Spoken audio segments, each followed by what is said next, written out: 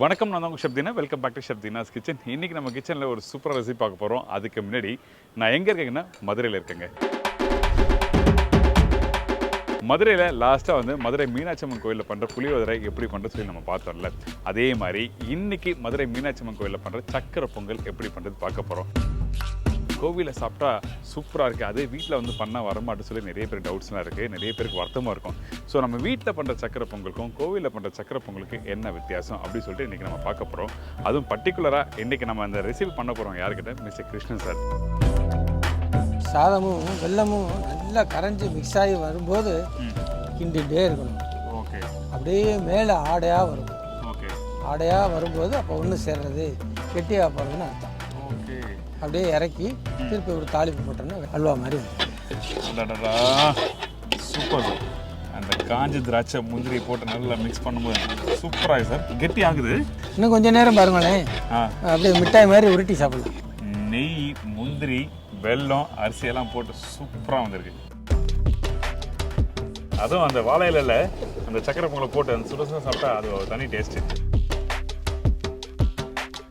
40 வருஷம் சர்வீஸ்காரருக்கு பூரா வயிறெல்லாம் இந்த வெள்ளம் தெரிச்சு இதாக தான் இருக்கும். காப்பாக காய்ச்சிருக்கும். அப்படியா? அதனால் அதுக்கெல்லாம் பயப்படக்கூடாது. அவர் தான் கடைசியாக கோவில் புளியோதரை, அதாவது மதுரை மீனாட்சி அம்மன் கோயிலில் பண்ணுற அந்த புளியோதரை எப்படி பண்ண சொல்லி தெளிவாக விளக்கமாக கொடுத்தாங்க.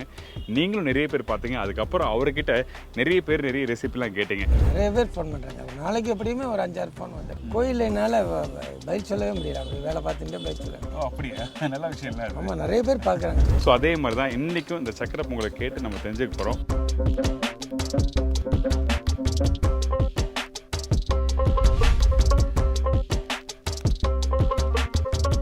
வணக்கம் சார். வணக்கம், எப்படி இருக்கீங்க? நல்லா இருக்கேன். நீங்கள் எப்படி இருக்கீங்க? நல்லா இருக்கேன் சார். நல்லா இருக்கேன். ரொம்ப நாள் ஆச்சு பார்த்து. ஆமாங்க சார், ஆமாம். லாஸ்ட் டைம் புளியோதரை ரெசிபி பண்ணோம்.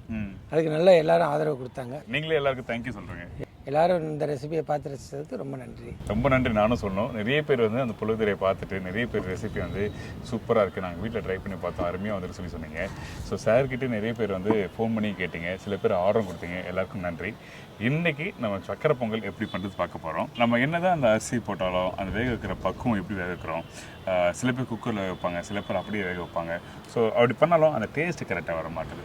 ஸோ அதெல்லாம் எப்படி ப்ராப்பராக பண்ணணும்னு சொல்லிட்டு நீங்கள் பார்க்க போகிறோம். வேறு ஒன்றும் இல்லை, பாசிப்பருப்பு போட்டோம்னா ஒரு 6 மணி நேரம் கூட தாங்காது, அது தண்ணி விட்டுரும். பாசிப்பருப்பு போட்டால் கெட்டு போயிடும். இப்போ ஒவ்வொருத்தர் இப்போ சக்கரை பொங்கல் 6 மணிக்கு போட்டு நைட்டு 12 மணிக்கு படையல் போடுவாங்க சுவாமிக்கு.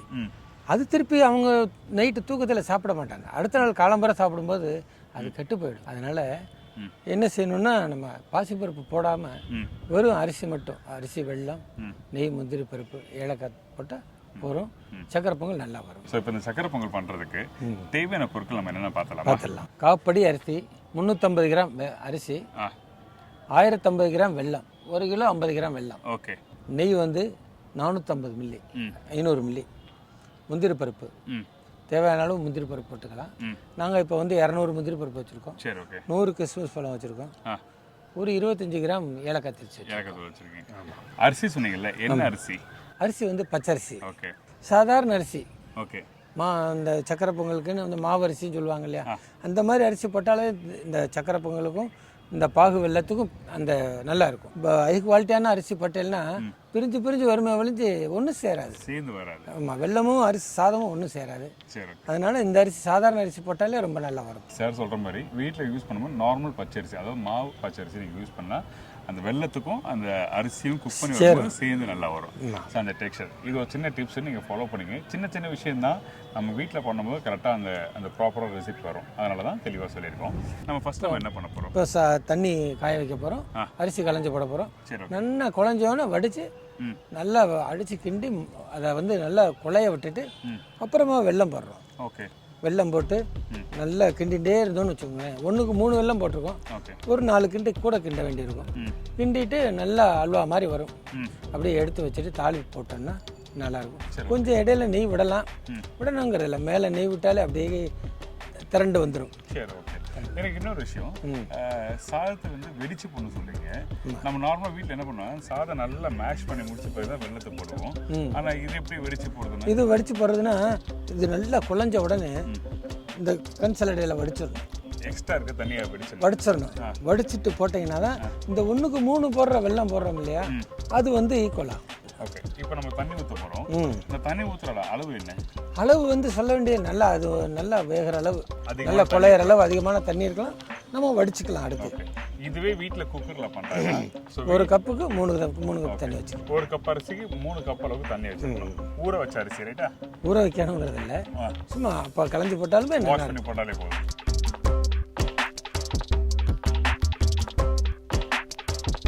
தண்ணி கொதிக்கட்டும், அடுத்து அரிசி போடுவோம். அரிசி கலந்து அரிசி போடுவோம். தண்ணி கொதிச்சு போய் தான் பச்சரிசி போடுவோம். இப்போ இந்த அரிசிக்கு நம்ம இங்கே வச்சுருக்கோம், இது எப்படி க்ளீன் பண்ணி எடுத்து வச்சுருக்கீங்களா? க்ளீன் பண்ணி சுத்தமாக இருக்குது. இன்னும் களையணும், ஒரு 3 களை களைஞ்சா என்னென்ன இருக்கும். ஓகே, ஸோ ஊற வைக்கணும் அவசியம் இல்லையா? ஊற வைக்கணுங்கிற அவசியமே இல்லை. நார்மலாக வீட்டில் பண்ணும்போது அந்த பச்சரிசி ஊற வச்ச பச்சரிசி தான் போடுவாங்க. ஸோ கோவிலில் பண்ணும்போது ஊற வச்சோன்னா சொதன்னு ஆகிடும். சரி, ஓகே. வெல்லம் ஜாஸ்தி வாங்காது. ஓ, விஷயமா தான். ஆமாம், அது சாதம் சொதன்னு ஆகிடும். இது திடமாக இருக்கும் சாதம், எவ்வளோ குழஞ்சாலும் திடமாக இருக்கும். ஓகே, திடமாக இருக்கும்போது நல்லா குழச்சிட்டு இந்த வெல்லம் போட்டோன்னா, பாகு வெல்லம் போட்டால் இன்னும் நல்லா இருக்கும். இது எனக்கும் தெரியாது ஆக்சுவலாக. நான் நல்லா இது வரைக்கும் நான் பண்ணது வந்து ஊற வச்சு தான் போடுவேன் நான். ஊற வச்சு எனக்கு ஒருத்தர் சொல்லி கொடுத்தது வந்து நம்ம சென்னை மயிலாப்பூர் கோயிலில் ஒருத்தர் எனக்கு சொல்லி கொடுத்தது தானே. அப்படியா? எனக்கு குருநாதர் இருக்காரு, எங்கள் அப்பா இருக்காரு, எனக்கு சொல்லி கொடுத்தது தான். ஓகே, அப்பா தான் லாஸ்ட்டாக வந்து புளியோதரை அது மாதிரிலாம் பண்ணுறதா சொல்லி கொடுத்தாங்க. ஆமாம். ஸோ உங்கள் குருநாதரை பற்றி நம்ம சொல்லவே இல்லையே. இல்லை, அவர் தான், அப்பா தான் குருநாதர். ஓகே, அப்பா தான் எல்லாமே சொல்லி தந்தார். ஓகே, அதுலேருந்து தான் உங்களுக்கு நான் சொல்லிட்டு இருக்கேன்.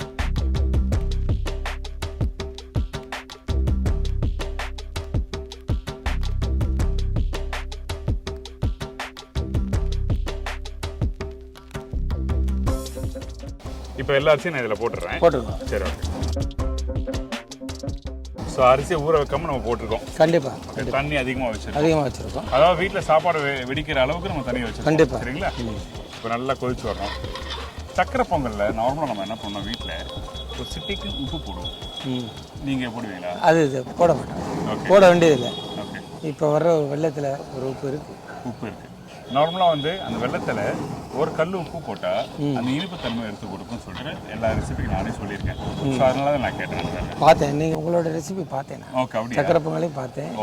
ஓகே, நல்ல விஷயம். இப்போ நல்லா கொதிக்கிட்டோம். இப்போது நம்ம வீட்டில் பண்ணுற சக்கரை பொங்கலுக்கும் கோவிலில் பண்ணுற சக்கரை பொங்கலுக்கும் என்ன வித்தியாசம்? வீட்டில் என்ன பாசிப்பருப்பு போட்டுருவோம். பாசிப்பருப்பு போட்டால் அன்னைக்கே காலி பண்ணிடுவோம். ஒவ்வொரு கோயிலில் வந்து அன்டயத்தில் வந்து பூஜை பண்ணுவாங்க. அப்போ வந்து இந்த சக்கரை பொங்கலுக்கு பாசிப்பருப்பு போட்டாக்கா தண்ணி விட்டுரும், இல்லை ஊசி போயிடும். அதனால் வெறும் அரிசி மட்டும் போட்டு வெல்லம் போட்டு கொஞ்சம் பால் விட்டு அந்த வாசனை திருப்பி வந்துடும். இப்போ நிறைய, இப்போ ஒரு 10 படி சக்கரை பொங்கல்னா 10 படி அரிசி போட்டு நல்லா மலர விட்டு குழஞ்சோன்னு மூடை வச்சு வடிச்சிட்டு நல்லா மசிச்சுட்டு அப்புறம் வெல்லம் போட்டு. ஓகே, அதாவது நல்லா வேக வச்சுட்டு வடிகட்டிட்டு நல்லா மேஷ் பண்ணிட்டு அதுக்கப்புறம் வெல்லம் போடணும். அவ்வளோதான். நான் இந்த மாதிரி வெண்பொங்கல் பண்ணும்போது பார்த்தேன். ரீசெண்டாக ஒரு மேரேஜுக்கு போயிருந்தேன். அவங்க என்ன பண்ணாங்கன்னா வெள்ளை சாதத்தை நல்லா வேக வச்சுட்டு, அதாவது அரிசியை நம்ம வீட்டில் நல்லா மலர வேக வச்சுட்டு பருப்பு தனியாக போட்டு மேலே விளைஞ்சிரும் தாளிப்பை போட்டு அப்புறம் கிண்டுவாங்க. அப்படிதான் பண்ணுவாங்க. அப்படியும் பண்ணுவாங்க. அப்படி பண்ணினா என்னன்னு கேட்டிங்கன்னா ரொம்ப கெட்டியாக இருக்கும், ரொம்ப நேரம் இது பண்ண முடியாது. இப்போ நீங்கள் கூடையை வச்சு இப்போ ஒரு 5 படியை வடித்தாலுமே வெண்பொங்கலை அந்த நடுவில் இருக்கிற தண்ணியை எடுத்து ஊற்றினாதான், இல்லைன்னா இன்னும் லூஸாக காமிக்கும். அது மட்டும் இல்லாமல் அப்படி பண்ணும்போது, அதாவது பருப்பும் அரிசியும் ஒன்றா வேக வச்சு கொஞ்ச நேரம் வச்சு பார்க்கும்போது நல்லா கெட்டியாயிருது. ஆனால் இதுவே வந்து அரிசி தனியாக வேக வச்சு அந்த தண்ணியை அவுட் பண்ணிட்டு அதுக்கப்புறம் தனியாக வேக வச்ச பருப்பு இதில் போட்டு அப்புறம் மிளகு ஜீரகம் தாளிப்பெல்லாம் போட்டு உப்பு போட்டு அப்புறம் அது அடிச்சிருவாங்க. டேஸ்ட்டு ப்ளஸ் அதெல்லாம் 1 மணி நேரம் கழிச்சு பார்த்தாலும் அந்த டெக்ஸ்சர் அப்படியே இருக்கு, அந்த அளவுக்கு அருமையாக இருக்கு. இப்போ இந்த அரிசி வைக்கிறதுக்கு எவ்வளோ நேரம் ஆகும் ஆக்சுவலாக நம்ம போட்ட குவான்டிட்டி? 1/4 மணி நேரம். 1/4 மணி நேரம். அதுக்கப்புறம் இதை வடிச்சிட்டு நல்லா மசிச்சுட்டு வெல்லம் போட்டோன்னா அது ஒரு 10 நிமிஷம். அதை அப்படியே இறக்கி வச்சுட்டு தாளிப்பு போட்டு முந்திரி பருப்பு கிஸ்மிஸ் தாளிப்பு போட்டுட்டு மேலே நெய் விட்டு ஏலக்காய் பொடி போட்டு அப்படியே ஒரு பரட்டு அல்வா மாதிரி வந்துடும். சூப்பர். நம்ம லாஸ்ட் டைம் வந்து புளியோதரை பண்ணும்போதே வந்து நிறைய பேர் இருக்கிறாங்க. இது வரைக்கும் நான் பண்ண புளியோதரையிலே வந்து பெஸ்ட் புளியோதரை, நல்லா சூப்பராக வந்தது, கரெக்டான அளவு எப்படி வெடிச்சு பண்ணணும்னு சொல்லிட்டு நிறைய பேர் பார்த்து ட்ரை பண்ணி பார்த்தாங்க. அந்தளவுக்கு எனக்கு நிறைய பேர் ஃபோன் பண்ணுறாங்க. ஒரு நாளைக்கு எப்படியுமே ஒரு 5-6 ஃபோன் வந்துடுது. அப்படியா? ஆமாம், வெளியூர் ஆரம்பத்துலலாம் 10 ஃபோன் வந்துடுது. யூஎஸ்லேருந்து வர்றவெல்லாம் கோயிலில் என்னால் பதில் சொல்லவே முடியல, அப்படி வேலை பார்த்துட்டே பதில் சொல்ல வேண்டியது. அப்படியா? நல்ல விஷயம் இல்லை. ஆமாம், நிறைய பேர் பார்க்குறாங்க கோயிலில். ஒரு நாள் 3 தரம் 3-4 பேர் பார்த்துருவாங்க. பார்த்து சொல்கிறேன். இப்போ சாதம் நல்லா கொதிச்சிருக்கு. இப்போ இந்த அரிசி எந்த அளவுக்கு வெந்திருக்கு? 1/2 வேக்காடு.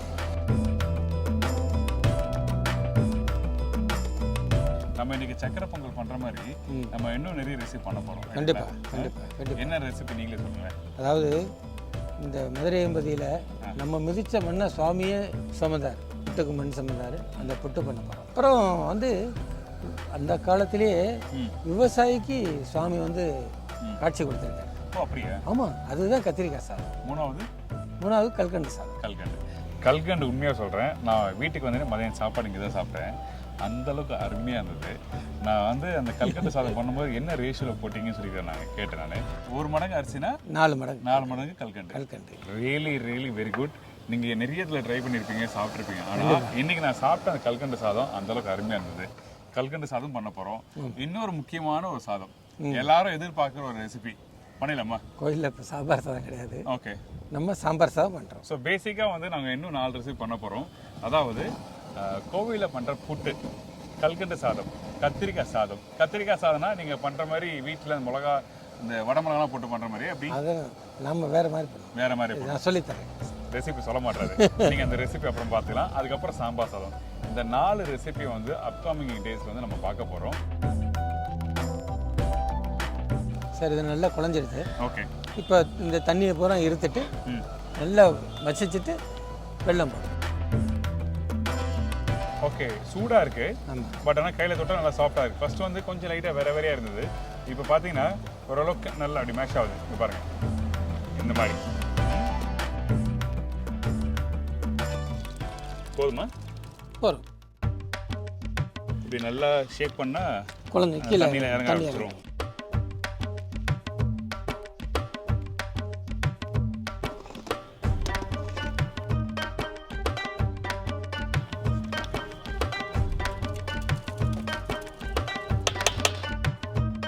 ஸோ இவ்வளோ தண்ணி வந்து நம்ம எடுத்துருக்கோம். அதுக்கப்புறம் இந்த ரைஸும் இந்த தண்ணி எடுத்த பிறகு இந்த மாதிரி கொஞ்சம் கெட்டியாக இருக்குது. இப்போ நம்ம வந்து நல்லா மேஷ் பண்ண ஆரம்பிக்கிறோமா? கண்டிப்பாக. நல்லா மசிச்சுட்டு அப்படியே கெட்டியாக ஆகுது. கண்டிப்பாக. ஆனால் இந்த மாதிரி வீட்டில் பண்ண மாட்டாங்க ஆக்சுவலாக, உண்மையாகவே. கண்டிப்பாக பண்ண மாட்டாங்க. ரைஸை டைரெக்டாக வந்து வேக வச்சு அப்படியே மேஷ் பண்ணுவாங்க. ஆனால் அந்த மாதிரி வேக வைக்கிறதுக்கும் இந்த மாதிரி வைக்கிறது நிறைய வித்தியாசம். கண்டிப்பாக வித்தியாசம் இருக்குது. நல்ல டேஸ்ட்டாக இருக்கும். ஓகே, திடமாக இருக்கும். அதாவது அல்வா மாதிரி உருட்டி எடுத்து சாப்பிடலாம், அப்படி இருக்கும். இப்போ இங்கே கேட்ரிங்கில் நீங்கள் பண்ணுறீங்களே, ஸோ இப்போ எப்படி போகுது கேட்ரிங்லாம் இங்கே? நல்லா இருக்கு. ஓகே, நல்லா நிறைய பேர் கேட்குறாங்க. எங்களால் கொடுக்க தான் முடியல. ஓகே, எங்களால் கொடுக்க முடியல. ஏன்னா அவங்களுக்கு உடம்பு ஒவ்வொரு நேரம் ஒத்துழைக்குது, ஒவ்வொரு நேரம் ஒத்துழைக்க மாட்டேங்குது. பட் ஆனால் பண்ணுறீங்க? பண்ணுறோம். அவங்க நிறைய வேலை பார்ப்பாங்க என்ன வீட்டில். ஆமாம், நமக்கு சமையல் பண்ணி போட்டு இந்த வயசில் நான் இப்படி இருக்கேன்னா அவங்களுடைய கைங்கரியம் தானே இது. ஆமாம், இல்லாமல் நம்ம எதுவும் பண்ண முடியாது. வீட்டுக்காரமாக தான் எல்லாமே. நம்ம தான் வெளியே போய் வேலைக்கு போய் சம்பாதிக்கணும்னு நினைப்போம். ஆனால் வீட்டுக்காரமாக ரொம்ப முக்கியம். கண்டிப்பாக. இல்லால் இல்லையே எதுவுமே இல்லை. சூப்பர். ஆமாம், இப்போ நம்ம அரிசி போட போகிறோம்.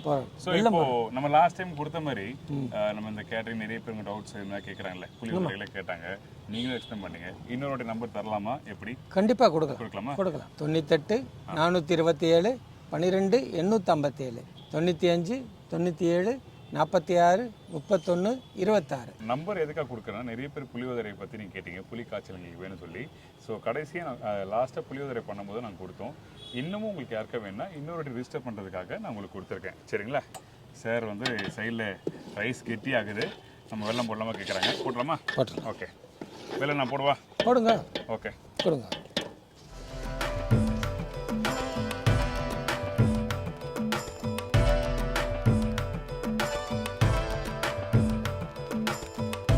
இப்போ இருக்கிற வெல்லம் எல்லாம் போடலாமா? போடலாம். ஓகே,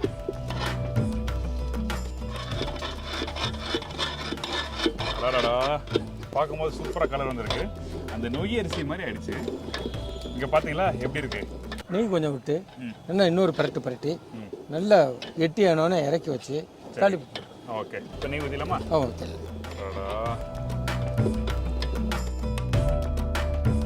சக்கரை பொங்கல் எல்லாருக்கும் ரொம்ப பிடிக்கும். ஆனால் அந்த கோவிலில் பண்ணுற சக்கரை பொங்கல் அந்த அளவுக்கு எல்லாருக்கும் பிடிக்கும்ல. சரி, டேஸ்ட் பண்ண போகிறேன். அதுவும் அந்த வாழை இலையில் அந்த சக்கரை பொங்கலை போட்டு அந்த சுட சாப்பிட்டா அது ஒரு தனி டேஸ்ட்டு. ஸோ இந்த வெல்லம் போட்ட பிறகு நான் எவ்வளோ நேரம் குக் பண்ணணும்? நல்லா இஞ்சிரும். கொஞ்சம் சாதமும் வெல்லமும் நல்லா கரைஞ்சி மிக்ஸ் ஆகி வரும்போது கிண்டிகிட்டே இருக்கணும். ஓகே, அப்படியே மேலே ஆடையாக வரும். ஓகே, ஆடையாக வரும்போது அப்போ ஒன்று சேர்றது கெட்டியாக போகிறதுன்னு அர்த்தம். ஓகே, அப்படியே இறக்கி திருப்பி ஒரு தாளிப்பு போட்டோன்னா வேலை போகும். இந்த மாதிரி வர்றப்போ எடுத்தால் போதும். ஓகே, இந்த விஷயத்தை நோட் பண்ணிக்கோங்க நீங்கள் வீட்டில் பண்ணும்போது. ஸோ அந்த சொல்கிற மாதிரி அந்த ஆடை இந்த மாதிரி வந்ததுன்னா அடுத்த ஒரு 10 நிமிஷத்தில் நம்ம இறக்கலாம். வெள்ளம் தெளிக்க தான் செய்யும். அப்படியா? ஆமாம், எங்கள் 40 வருஷம் சர்வீஸ்காரருக்கு பூரா வயிறெல்லாம் இந்த வெள்ளம் தெரிச்சு இதாக தான் இருக்கும். ஓ, காப்பாக காய்ச்சிருக்கும். அப்படியா? அதனால் அதுக்கெல்லாம் பயப்படக்கூடாது. நீங்கள் மேலே துணியெல்லாம் போட மாட்டீங்க? அதெல்லாம் ஒன்றும் பண்ண போட மாட்டீங்க. ஓகே, சட்டையே இல்லாமல் தான் இருப்போம். ஓகே, நல்ல கெட்டியாக ஓரளவுக்குலாம் வந்து ரெடி ஆயிடுது. இன்னும் கொஞ்சம் ஆறினா ரொம்ப கெட்டியாயிடும். அடடா, அப்படியே சூப்பராக பார்க்குறதுக்கு. சூடு ஆற இருக்க ஆரம்பிக்கும். இருக்க ஆரம்பிச்சிடும். அடுத்து நம்ம என்ன பண்ண போகிறோம்? நம்ம வந்து இதை இறக்கிட்டு தாளிப்பு போட போகிறோம். தாளிப்பு போட போகிறோம். சரி, இறக்கி வச்சலாமா? இதை இறக்கி வச்சு. சரி, ஓகே. நீ இதில் ஊற்றலாமா?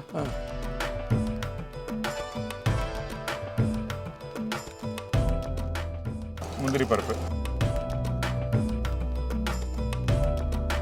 இதையும் போட்டலாமா? போடுவோம். இப்போ காஞ்ச திராட்சையும் போட்டுரும்.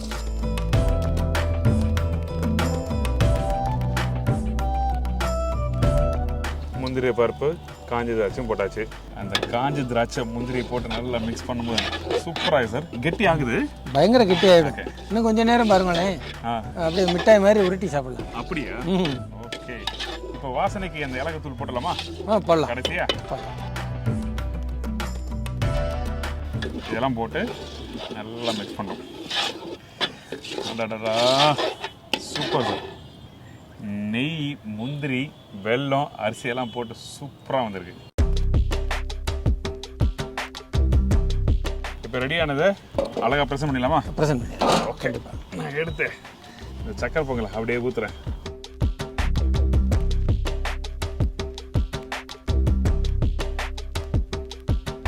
கொஞ்சம் மேலே முந்திரி போட்டு இதுக்கப்புறம் ஏலக்காய் தூள் பண்ணுமா? வேண்டியதில்லை, நெய் விடுங்க. நெய் விட்டால் போதும். நெய் விடணுமா? நெய் மேலே விடணும். அந்த அந்த சக்கரை பொங்கல் தொடும்போது அப்படியே ஜம்ப் ஆகுது பார்த்தீங்களா? ஆமாம், சூப்பர்.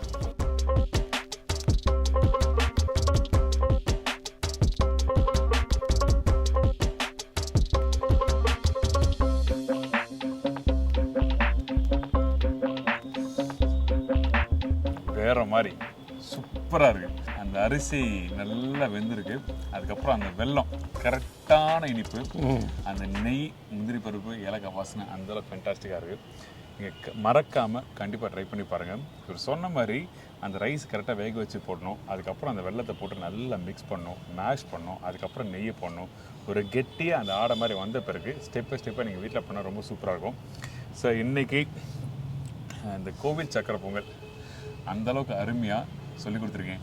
நிறைய பேருக்கு நிறைய விதமாக பண்ணுறாங்க, நானும் நிறைய விதமாக பண்ணியிருக்கேன். ஆனால் இன்றைக்கி அந்த ப்ராப்பராக ட்ரெடிஷ்னலாக கோவிலில் பண்ணுற நீங்களே வந்து இன்றைக்கி அந்த கோவில் சக்கரை பொங்கல், அதுவும் பின்னாடி இருக்க மதுரை மீனாட்சியம்மன் கோவிலில் பண்ணுற சக்கரை பொங்கல் எப்படி பண்ணுறது சொல்லிட்டு அழகாக சொல்லி கொடுத்துருக்கீங்க. சந்தோஷம், ரொம்ப நன்றி, ரொம்ப நன்றி. ரொம்ப சந்தோஷம். இன்னும் 2 ரெசிபி பண்ண சொல்லியிருக்கீங்க, அதே அதுக்கு நான் தயாராக இருக்கேன், பண்ணித்தரேன். இது தொடர்ந்து வந்து இந்த மாதிரி ரெசிபி நிறைய போட போகிறோம். அதாவது கல்கண்டு சாதம், அதுக்கப்புறம் கத்திரிக்காய் சாதம், சாம்பார் சாதம். நீங்கள் இந்த புட்டு வந்து ரெகுலராக பண்ணுற ஸ்டைல்லாம் இல்லை, இந்த புட்டு சம்திங் டிஃப்ரெண்டான ஸ்டைலில் பண்ண போகிறாங்க. ரெசிபி கேட்டால் ஃபஸ்ட்டு சொல்ல, வரப்போகிற ரெசிபியில் நம்ம பார்க்கலாம். அந்தளவுக்கு அருமையாக இருக்கும். இதே மாதிரி உங்கள் ஊரில் எதனா ரெசிபி என்ன பண்ணுறேன்னா கண்டிப்பாக நீங்கள் அட்ரஸ் பண்ணலாம். எங்கள் ஊரில் இந்த ரெசிபி பயங்கர ஃபேமஸ் அப்படின்னு சொல்லி நீங்கள் மெசேஜ் பண்ணினா கண்டிப்பாக உங்களை நாங்கள் காண்டாக்ட் பண்ணுவோம். எப்படி நீங்கள் என்னை காண்டாக்ட் பண்ண சொல்லி கேட்டிங்கன்னா, என்னோட இன்ஸ்டாகிராமில் ஷெஃப் தீனதயாளன் சொல்லி என்னோட இன்ஸ்டாகிராம் இருக்குது. அதில் போஸ்ட்லாம் நீங்கள் மெசேஜ் பண்ணிங்கன்னா கண்டிப்பாக உங்களை நானே பர்சனலாக கால் பண்ணுவேன். நான் அப்புறம் வந்து உங்களை மீட் பண்ணி அந்த ரெசிபி நான் கண்டிப்பாக அப்லோட் பண்ணுவேன். இதே மாதிரி இன்னொரு சூப்பர் ரெசிபி இன்னொரு ஊரில் சந்திக்கிறேன். நன்றி, வணக்கம். See you, bye, take care.